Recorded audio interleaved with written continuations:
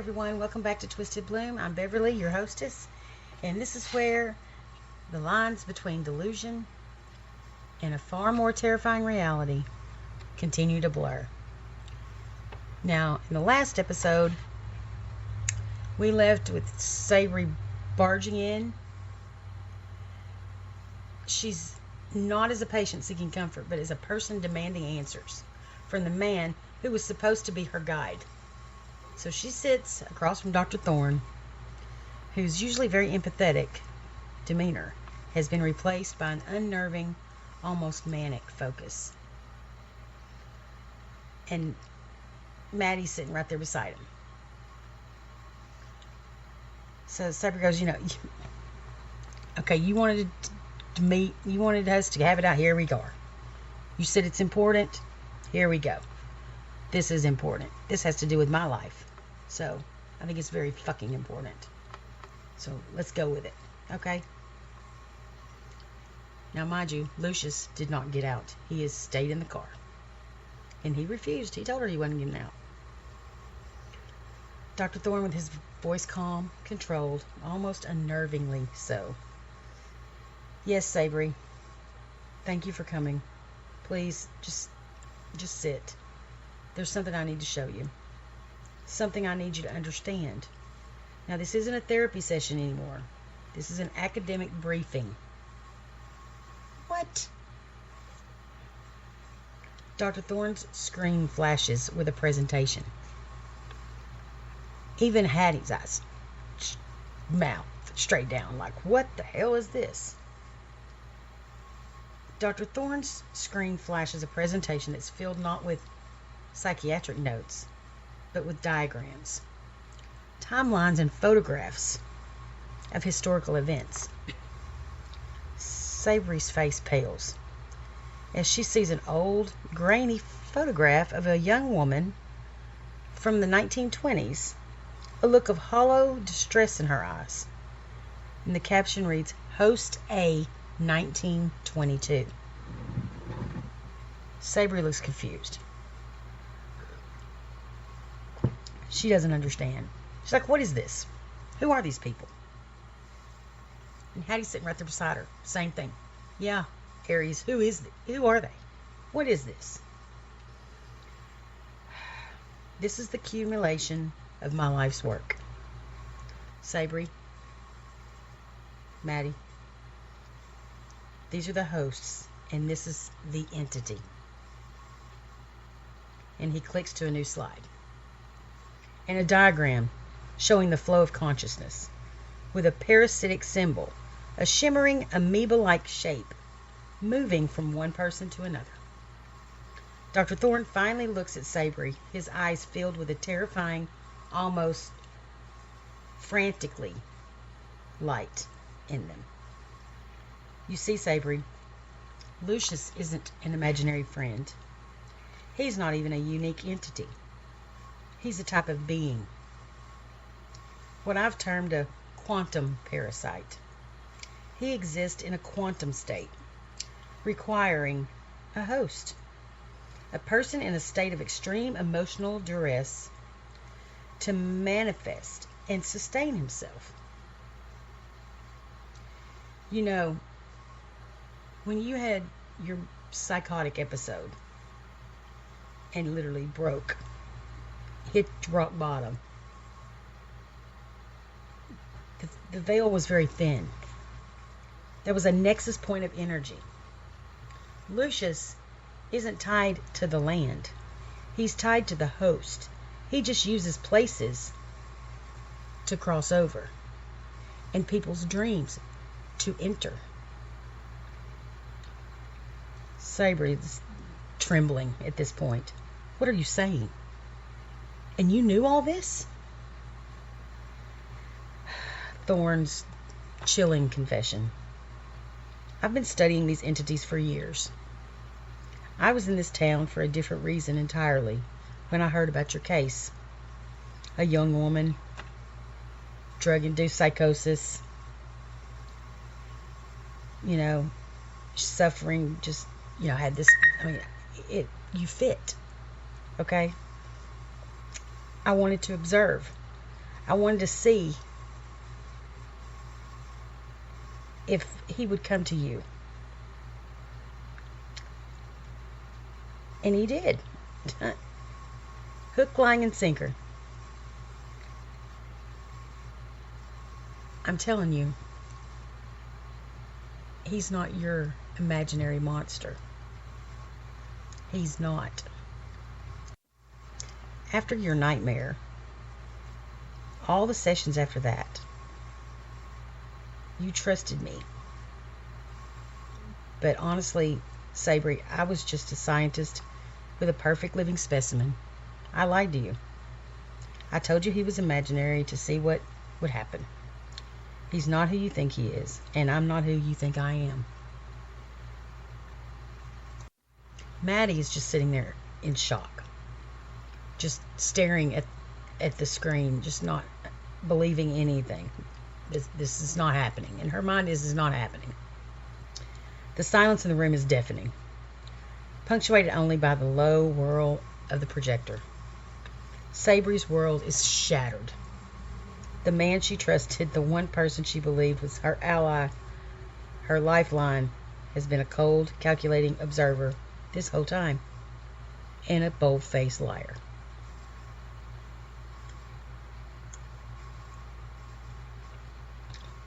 Lucious, she thought, was the imaginary friend, part of her, that actually has, manifested, and that's come, is literally a piece of her. He thinks, she thinks that he's like a continuation of her. Is just a cold invader, is a parasite. And Dr. Thorne, the man who was supposed to heal her, has been her primary captor all along. With Sabrie, her voice was now a low, furious whisper. You used me. All this time, you just used me. You never were going to try and help me. Dr. Thorne, with a touch of pride in his voice, I was helping myself, Sabrie. I was on the brink of a new discovery. Lucious is a key to understanding consciousness, a bridge between worlds. His existence proves so much of what I've theorized. So now we have went from a hopeful breakthrough to a terrifying absolute betrayal. Sabrie's fight for her life has been a cruel experiment all along. And Dr. Thorne, in his obsession, has become something more sinister than the entities he has studied. Now, Sabrie's not a patient. She's a lab rat. And her therapist is a cold, calculating opportunist. Sabrie sits there and finally jumps up and says, wait a minute. Just stop. Just stop, please. I gotta wrap my head around this, because this is almost the most insane thing I've ever heard in my life. This is the worst horror movie, sci-fi flick I've ever even thought about watching. It's crazy. This is not happening. And Maddie's just standing there still like, what the hell? I mean, she's in shock. She knew none of this. She thought she was just coming to help Dr. Thorne. And she never knew the magnitude of what was really going on. Never once came to surface with her. So she's still just sitting there with her mouth open. Finally, Dr. Thorne reaches out to Sabrie and says, look, just sit down.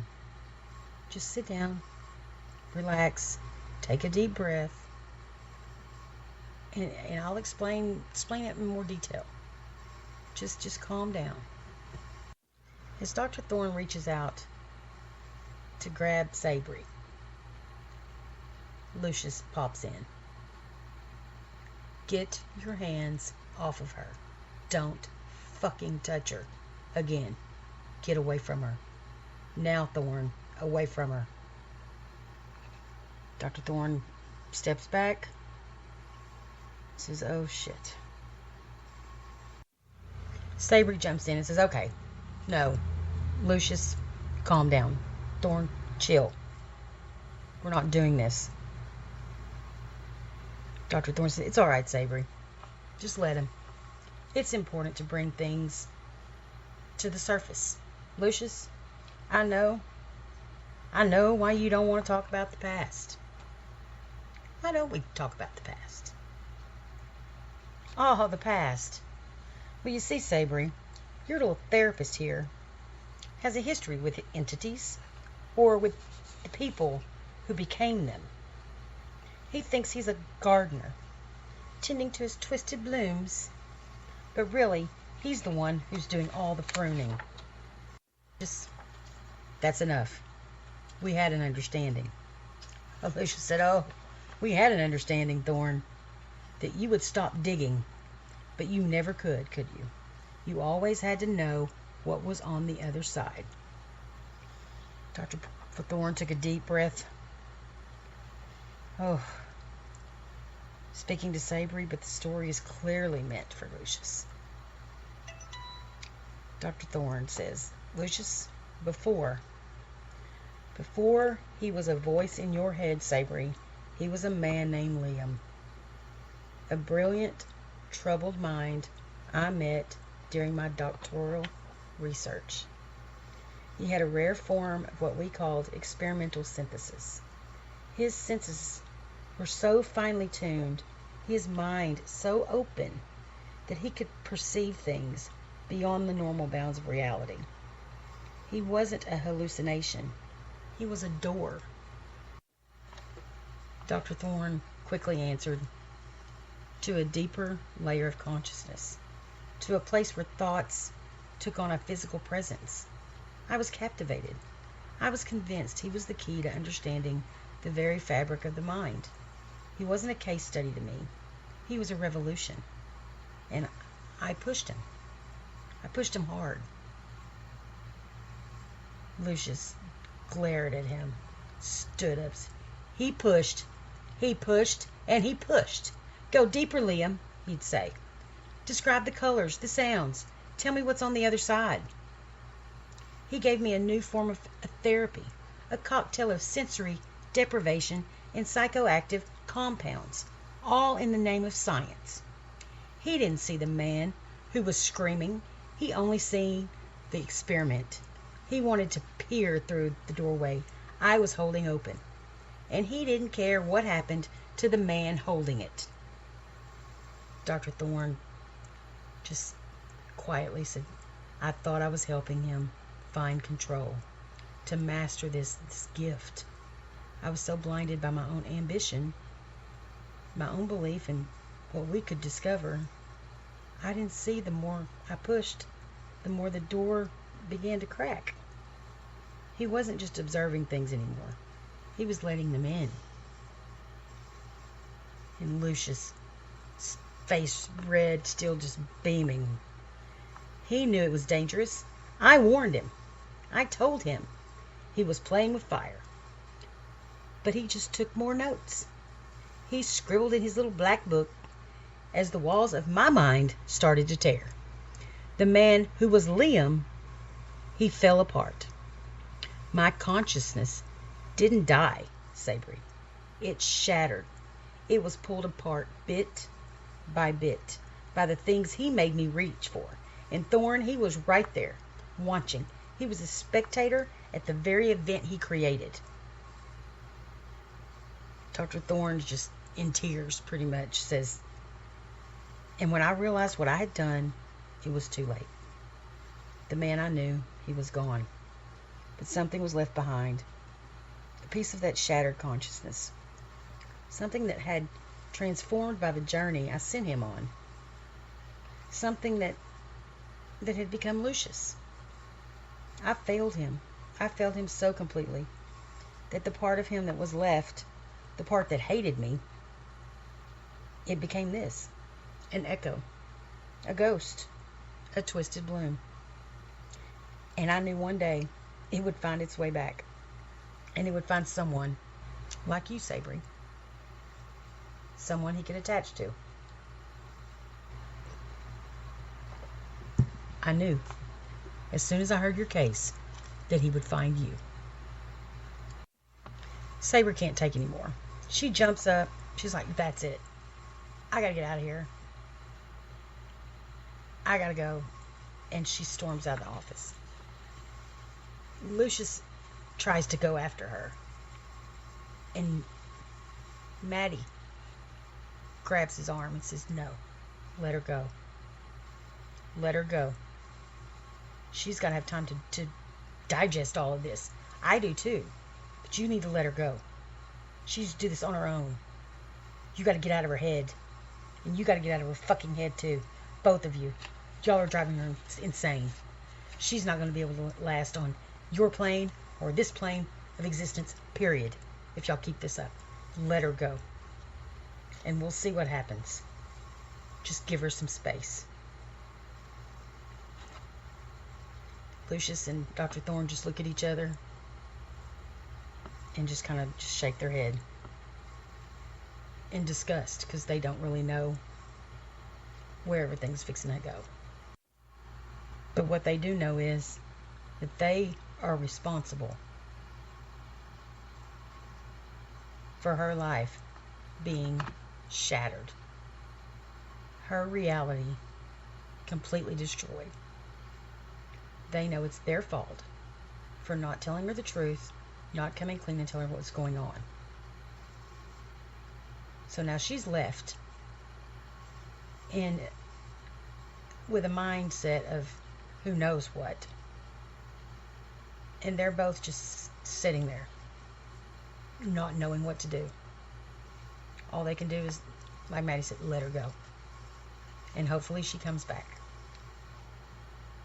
Hopefully. I'm Beverly, your hostess, and this is Twisted Bloom.